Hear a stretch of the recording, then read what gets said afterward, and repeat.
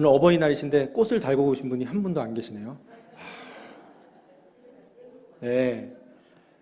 저도 어제 우리 아이가 이제 초등학교 3학년인데 카네이션을 딱 가져왔더라고요. 근데 좀 감회가 새로웠습니다. 왜냐면 옛날에는 멋모르고 그냥 종이로 만들어서 이렇게 와서 딱 주고 갔는데 어디서 부스 같은 체험 부스가 있었나 봐요. 생화로 카네이션 해가지고 이렇게 만들어 왔다고. 자기가 만들었다고. 아빠를 어저께 탁 이따 할게. 그래도 꼭 끼라고 해서 끼고 학교에서 왔을 때 끼고 들어가 한 다음에 저는 교회로 이제 이걸 싹 빼면서 이제 들어왔습니다. 근데 감회가 새롭더라고요. 부모가 돼서 10년을 아이를 키워보니까 정말 여기 다 저보다 엄청 훨씬 예전부터 부모님으로 살아오셨겠지만 대단하시다 생각이 들었어요. 왜냐하면 10년 키워보니까요. 하나 키우는데 너무 힘들어요. 너무 어렵고 너무 많은 것을 보여지고 또 많은 것이 걱정이 되고 부모님들이 참 대단하다. 이제야 철드는지 모르겠지만 저희 부모님 뭐 이런저런 제가 설교 중에 말씀드려도 참 부모님 대단하시다라는 생각 들고요. 그 은혜가 언제나 끝이 없고 또 부모가 돼서 아이를 키워보니까 또 하나님의 은혜가 또 얼마나 큰지 아이를 키우면서 걱정되는 것, 해주지 못하는 것, 또 그 아이를 위해서 기도하는 것, 그 간절함이 바로 하나님이 나를 향하신 그 마음이 아닌가 항상 생각해 보는 거죠. 우리 아이가 무엇을 갖고 싶다고 뗐을 때, 실망하고 눈물을 흘릴 때 하나님도 나를 보시면서 내가 하나님께 그렇게 간절하게 원하는 거 있을 때 하나님이 너 들어주고 싶지만 그건 그때가 아니다 라고 하시면서 마음 아파하시는 그 마음을 그래도 조금은 이해하면서 마음으로 깊이 그 은혜를 깨닫고 가는 것 아닌가 생각합니다. 오늘 설교 말씀은 사모하는 영혼의 은혜입니다. 제가 어릴 때 가장 두려웠던 것 중에 하나가 있었는데 바로 이를 뽑는 것이었어요. 이를 왜 뽑는 게 싫었냐? 저 때는 치과를 간 적이 없습니다. 저는 아버지가 어릴 때 유치라고 하죠. 이 아기 때 치아를 가를 때 우리 아버지는 벤치로 항상 제 이빨을 다 뽑아주셨습니다. 그러니까 고통스럽죠. 아주 벤치를 탁 잡고 탁 떼는 거죠. 그러면 그게 그렇게 이 벤치가 얼마나 또 깨끗한 것도 아니에요. 뭐 기름때 묻은 거 이런 걸로 이렇게 탁 그냥 자꾸 뽑으시는데 두렵잖아요. 정말 그때 무서웠던 기억이 나고요. 특별히 또 이빨이 약했어요. 제가 굉장히 어릴 때부터 사탕을 좋아했습니다. 제가 어느 정도였냐면은 할아버지가 저를 키우셨는데 제가 듣기로는 그래요. 할아버지가 제가 3살쯤에 돌아가셨다고 하는데 아기 때 할아버지가 저를 얻고 가면 제가 항상 저기는 백설 그 설탕 봉지 있죠? 그 설탕 봉지를 들고서 그걸 찍어 먹었대요. 그리고 어릴 때는 설탕을 편식 많이 하잖아요. 그러니까 우리 부모님이 또 맛있는 거 해주시는 것도 아니고 해서 설탕을 밥에다 붓습니다. 그리고 비벼요. 막 비비다 보면은 설탕이 녹으면 물처럼 되잖아요. 그걸 그렇게 먹었어요. 그리고 사탕을 좋아해서 돈만 생기면 사탕만 사 먹었던 기억이 있어요. 그리고 이빨을 잘 닦았을까요? 안 닦았죠. 마지막에 이제 마지막 남은 어금니를 아버지가 벤치를 놔 해가지고 뽑는데 어떻게 됐을까 이빨이? 전 놀랍습니다. 그 단단했던 이가 가루처럼 이렇게 썩어가지고 완전 뭉개지는 거죠. 이렇게 유치가.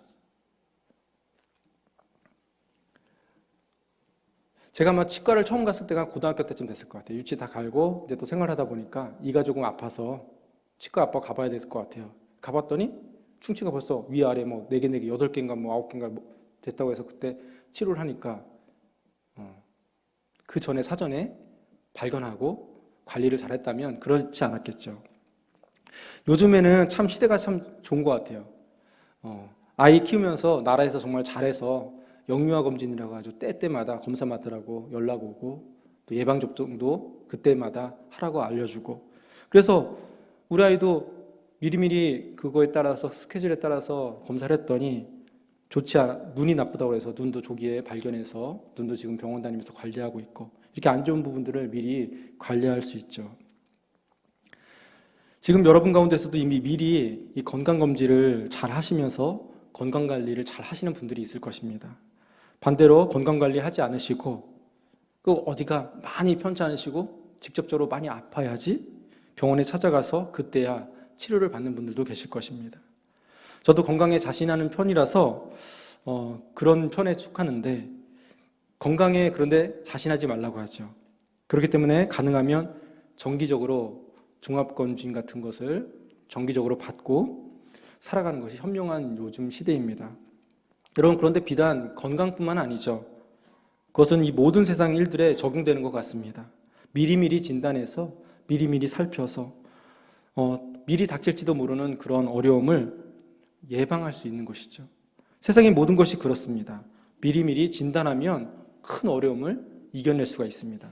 이런 맥락에서 오늘 이 예배 시간에 우리가 말씀을 통해서 내 영혼의 현 주소를 한번, 저도 그렇지만 여러분도 한번 진단해보는 귀한 이 말씀의 시간이 됐으면 좋겠습니다.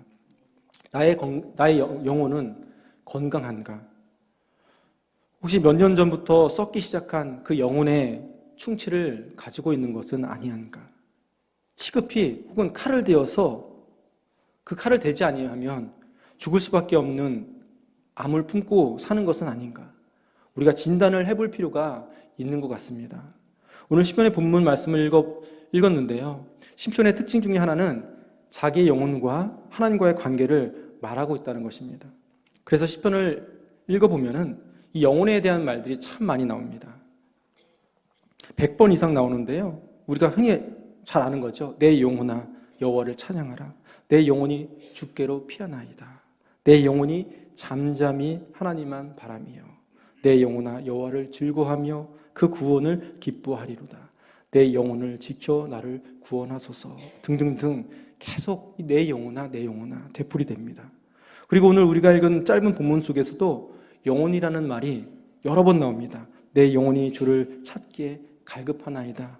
내 영혼이 하나님 곧 살아계시는 하나님을 갈망하나니 내 영혼아 뇌가 어찌하여 낙심하며 어찌하여 내 속에서 불안해하는가. 시편 속에는 여러 가지 종류의 시가 기록되어 있죠.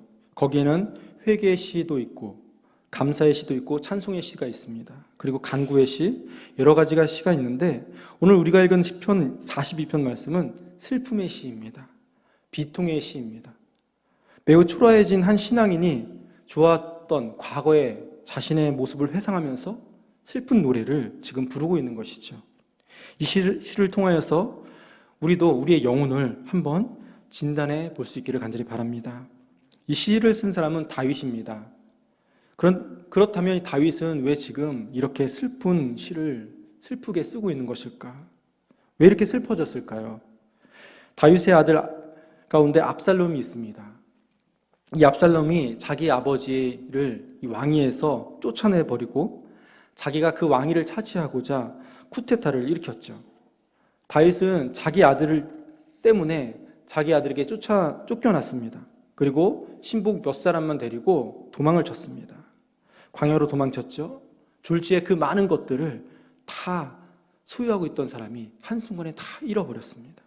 정말 큰 어려움을 당하게 된 것이죠. 속된 말로 거지처럼 된 거예요. 그 춥고 그 배고픈 광야에서 자기 생명 하나를 유지하기 위해서 구차스럽게 이리저리 돌아다니고 도망다니며 굴 속에서 숨어 다니고 있습니다. 그리고 과거에 좋았던 날들을 회상하면서 너무나도 초라해진 자기 현실을 슬퍼하고 눈물 가득 목매어 불렀던 그 노래가 오늘 이 시편의 말씀입니다.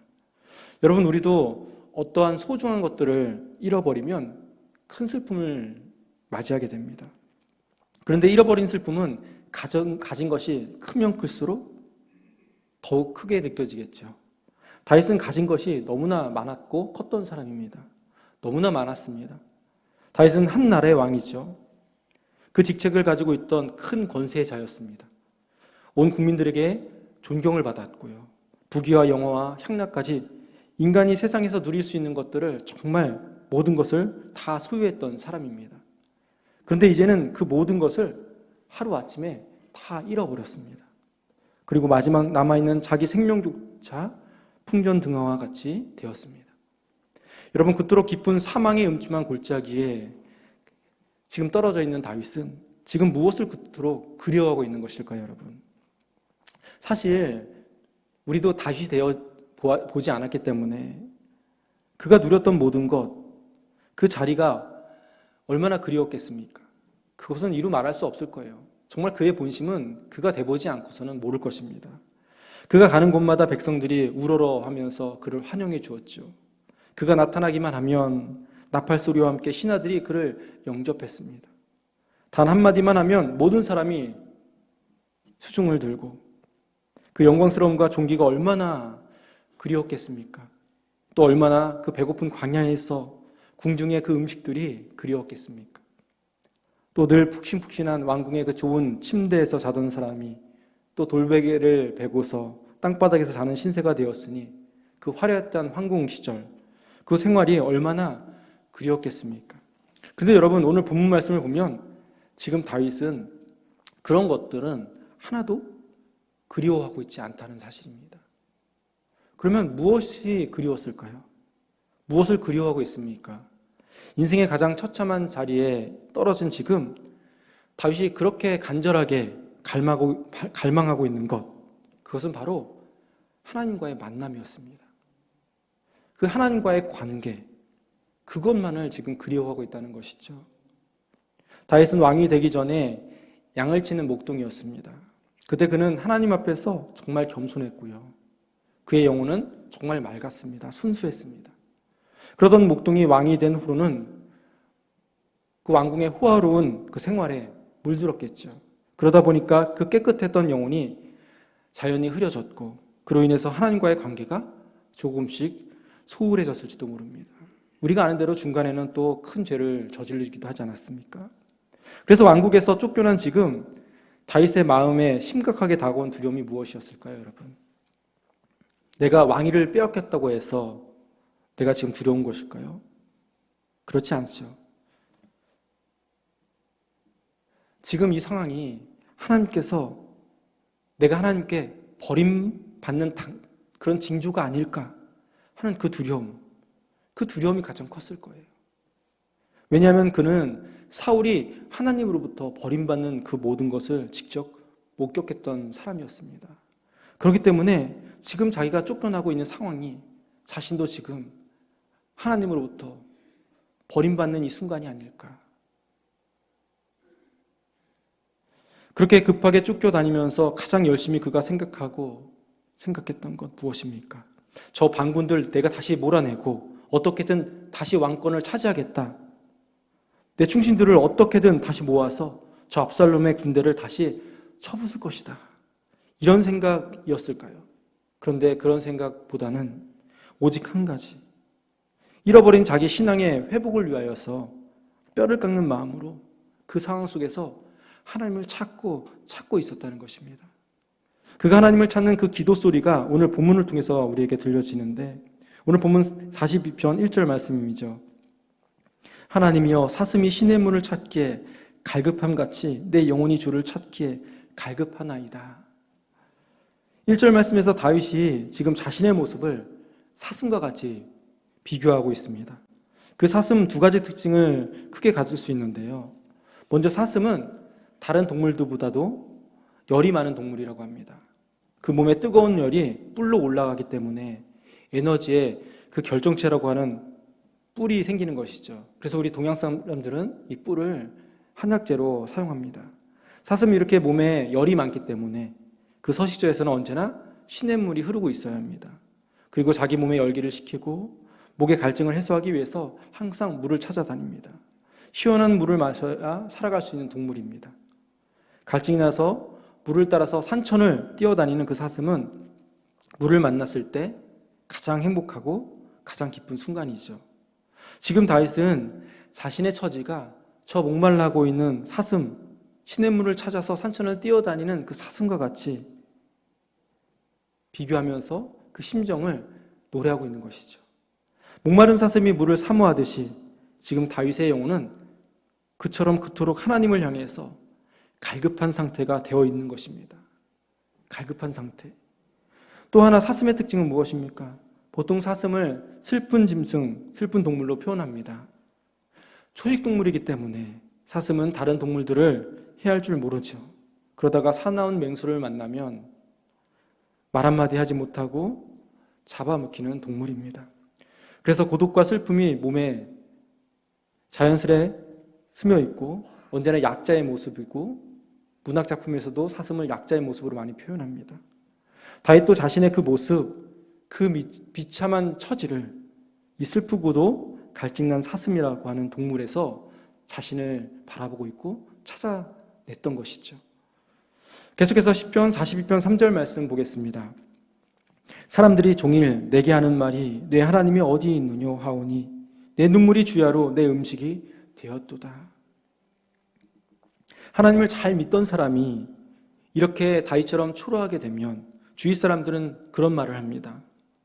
아니 다윗, 너는 날마다 하나님을 믿고 하나님의 복을 받아서 하나님의 인도하심을 받아서 복 받았다고 우리한테 그렇게 자랑하더니 자, 지금 너의 하나님 어디 있길래 네가 지금 그 모양 그 꼴이 된 거니? 세상 사람들, 믿음이 없는 사람들은 우리들에게 이렇게 말한다는 거죠. 당신은 기도 생활을 그렇게 열심히 하던데 왜 자녀가 잘 안 풀립니까? 당신은 교회 봉사 열심히 한다고 우리들하고 좀 한번 모임 갖자고 해도 교회 가야 된다고 하던데 그런데 왜 사업이 그렇게 안 되고 사업에 실패합니까? 아니 왜 기도를 한다고 산에 가던 교회 버스가 전복이 되고 사고가 나서 사람이 다친단 말입니까? 지금 다윗은 그런 말, 그런 괴로운 것을 품고 있어요. 왕권을 잃어버린 그 모든 것보다도 부귀영화를 잃어버린 그 모든 것보다도 내 하나님이 도대체 어디 있느냐 하니 내 눈물이 주야로 내 음식이 되었나이다. 그리고 시편 40편 4절 계속해서 제가 읽겠습니다. 내가 전에 성의를 지키는 무리와 동행하여 기쁨과 감사의 소리를 내며 그들을 하나님의 집으로 인도하였더니 이제 이 일을 기억하고 내 마음이 상하는도다. 자, 이 표는 무엇입니까? 이런 거죠. 하나님을 잘 믿으면 하나님께서 우리에게 복을 주시고 선한 길로 인도해 줄 것입니다. 이렇게 말하면서 전도를 했다는 거죠. 우리 모두 하나님의 집으로 올라가서 하나님께 예배드리자고 내가 앞장서서 전도하고 그들을 인도했는데 그들이 지금 나를 향해서 이렇게 말하는 것이죠. 네가 말하던 그 하나님 도대체 어디 있느냐? 그러면서 나를 조롱하니까 내 마음이 지금 너무너무 상합니다. 이것이 다윗의 심정입니다. 지금 다윗의 마음을 저에게 있었던 어떤 실제적인 한 사건을 통해서 표현해 보겠습니다. 서울에 있을 때인데요. 우리 아이가 한 3살, 4살쯤 됐을까요? 이 집 앞에 있는 큰 마트, 대형 마트에 갔습니다. 근데 저희 부부가 잠시 이 물건을 잠깐 보고 있는데 우리 은수가 안 보이는 거예요. 한번 싹 둘러봤는데 없어요. 그 층에. 은수를 잃어버렸습니다. 저희 부부가 두리번거리다가 끝내 엄청 저도 무섭더라고요. 그래서 그 아이를 막 찾는데 안 보여요. 그래서 혹시나 해서 고객센터를 갔더니 거기에 있는 거죠.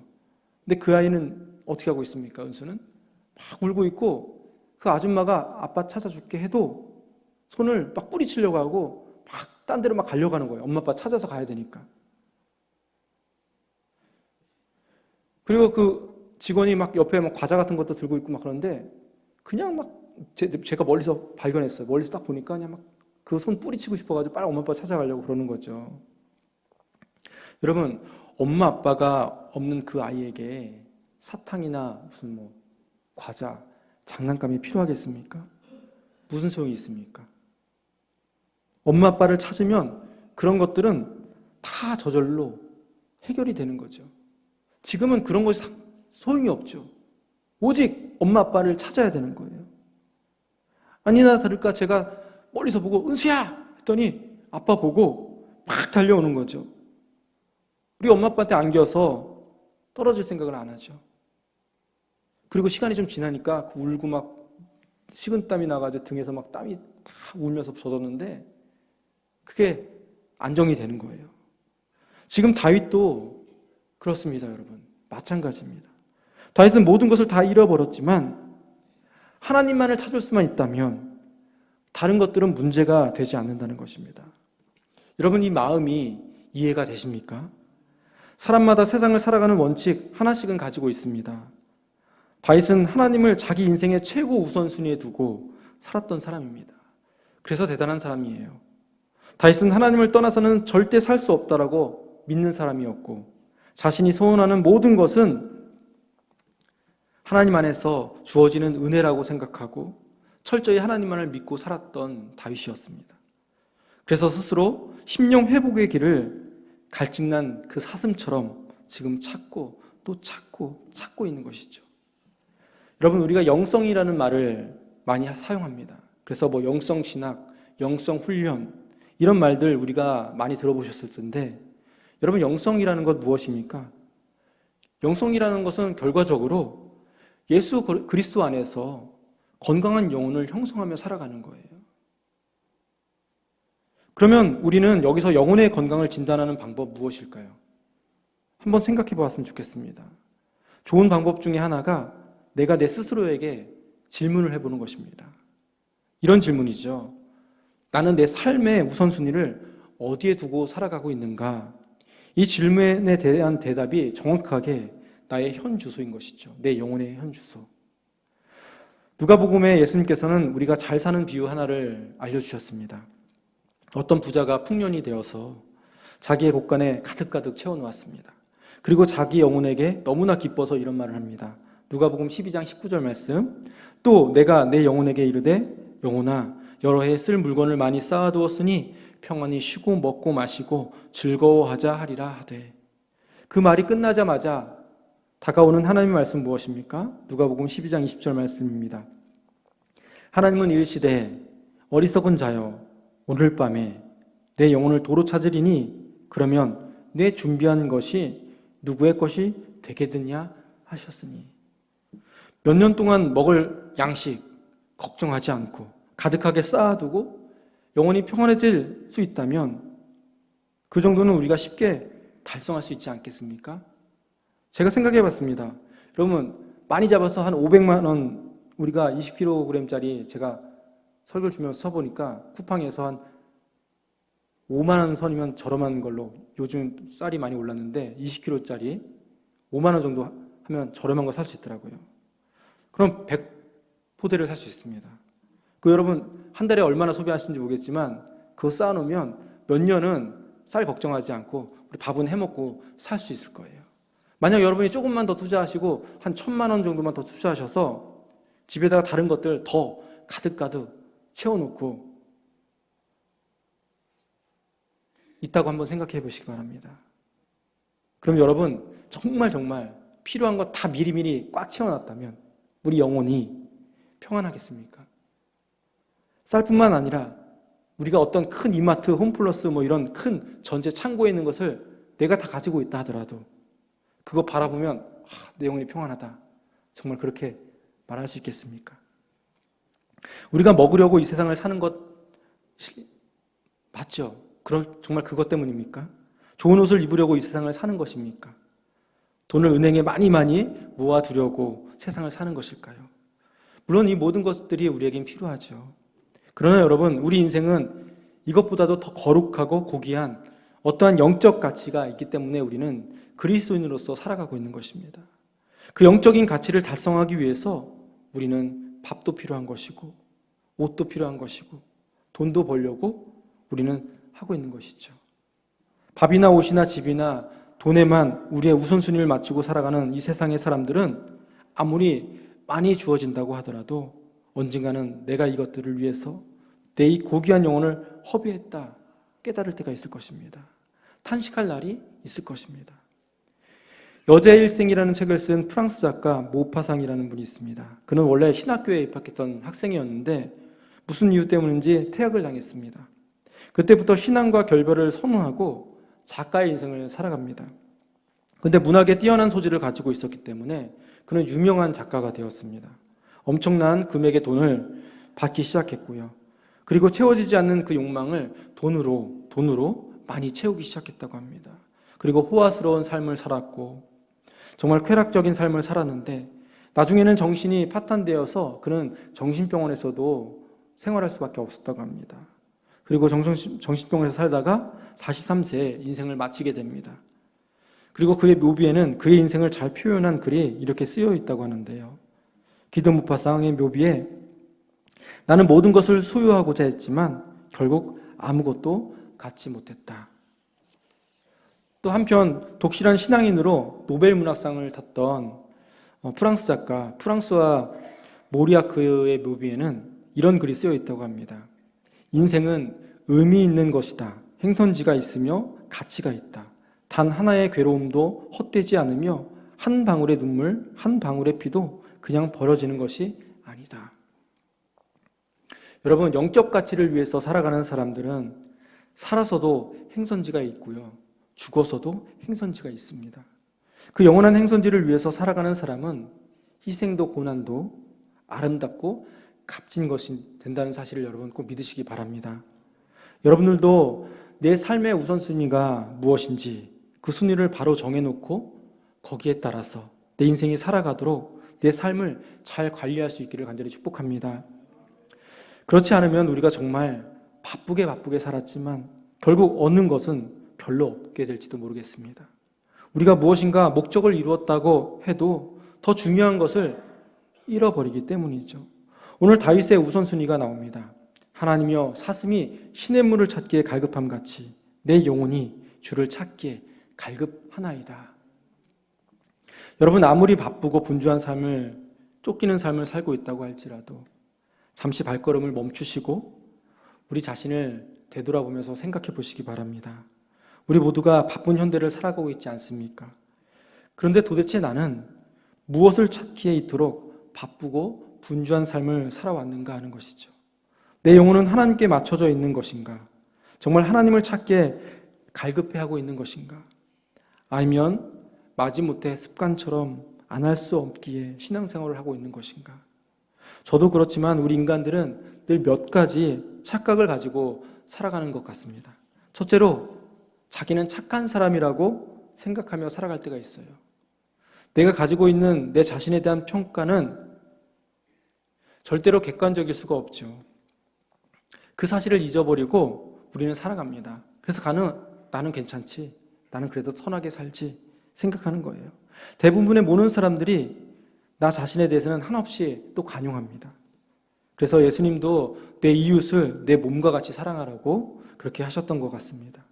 내 이웃을 내 몸과 같이 생각한다면 우리는 그런 사람에게 나쁜 말 할 수 없고 나쁜 짓 할 수 없죠. 우리는 그 사람에게 나쁜 생각을 가질 수 없습니다. 두 번째 착각이 있습니다. 그것은 자기는 건강하다고 생각하는 것입니다. 의사에게 진단도 한 번 받아보지 않고 난 지금까지 아무 일 없었으니까 나는 건강하다. 건강의 유무를 내가 생각하는 것이죠. 세 번째로 그리스도인의 경우 자기의 믿음이 좋다고 생각하는 경우가 있습니다. 성전에서 기도하던 그 바리새인은 저 뒤에 숨어있는 그 세리보다도 자신이 믿음이 가장 좋다라고 착각했습니다. 여러분, 어느 목사님이 우스갯소리지만 한 교회에 설교를 하러 가셨다고 합니다. 그런데 그 교회 목사님이 이게 너스레를 떨면서 우리 교회 성도님들은 내 말씀만 은혜를 받고 외부 강사 목사님한테는 은혜를 잘 못 받아요. 이랬다는 거예요. 그러니까 그 강사 목사님이 듣고서는 할 말이 없으셔서 이렇게 말했다고 합니다. 우리 교회하고 똑같네요. 그랬다는 거죠. 여러분, 착각은 자유이죠. 그래서 수시로 우리도 내 영혼을 진단해야 하는 것입니다. 여러분, 건강한 심령이 어떤 심령일까요? 가난한 심령이죠. 가난한 심령하면 교단은 다르지만 우리 큰 상을 받았던 한경진 목사님이 생각납니다. 90세 연세에 종교계의 노벨상이라고 하는 템플턴상을 수상하셨죠. 그분이 이 축하 예배 드리는 자리에 종교계뿐만 아니라 정치, 경제, 문학, 언론계까지 많은 사람들이 초청되었습니다. 그리고 많은 찬스를 받았는데요. 이 목사님이 축하하는 자리에서 이 한경진 목사님께서 하신 첫 번째 말씀이 이거였다는 거죠. 나는 죄가 많은 사람입니다. 신사참배를 한 죄인입니다. 라고 고백하셨다는 것이죠. 이게 쉽지 않은 거예요, 여러분. 제가 상상해 보는데 제가 90세가 됐어요. 인생 이제 얼마 남지 않았잖아요. 그리고 큰 상을 받았어요. 좋은 말씀하고 끝나셔도 될 것 같은데 다 목회도 다 뒤로 하셨을 텐데 그때 나는 죄인입니다 라고 고백한다는 것은 정말 쉬운 일이 아닙니다. 우리가 영혼의 진단을 받으려면 주님의 말씀 앞에서 우리는 겸손하게 자신의 마음의 옷을 벗어 던져야 하는 것이죠. 우리가 의사 앞에 건강 진단을 받기 위해서 갈 때 부끄럽고 창피해도 자신의 속살을 보여야 할 때가 있습니다. 건강 진단을 받기 위해서 어쩌면 옷을 다 홀랑 벗어야 될 때도 있습니다. 이 시간 여러분의 가슴에 내 영혼에 한번 내 영혼에 청진기를 대시고 물어보시기 바랍니다. 창피를 무릅쓰고 자기의 마음의 옷을 벗어 던질 수 있기를 간절히 바랍니다. 한번 내 마음에 물어봤으면 좋겠습니다. 저에게도 해당되는 거예요. 나는 하루에 단 5분이라도 기도하는 시간을 갖는 사람인가? 나는 일주일에 성경 몇 장, 아니 몇 절이라도 읽으려고 노력하는 사람인가? 나는 일주일에, 아니 1년에 새벽 기도를 한 번이라도 참석해 보려고 하는 사람인가? 나는 하나님을 사랑하고 헌신한다라고 말은 하지만 내가 하나님 앞에 정말 하나님을 향해서 인색이 충만한 사람이 아닌가? 평생 가정 예배를 한번 들어본 적이 있었을까? 평생 예수님 믿으라고 전도 한번 내가 주변 사람들에게 용기를 내어 입술을 열었던 적이 있었을까?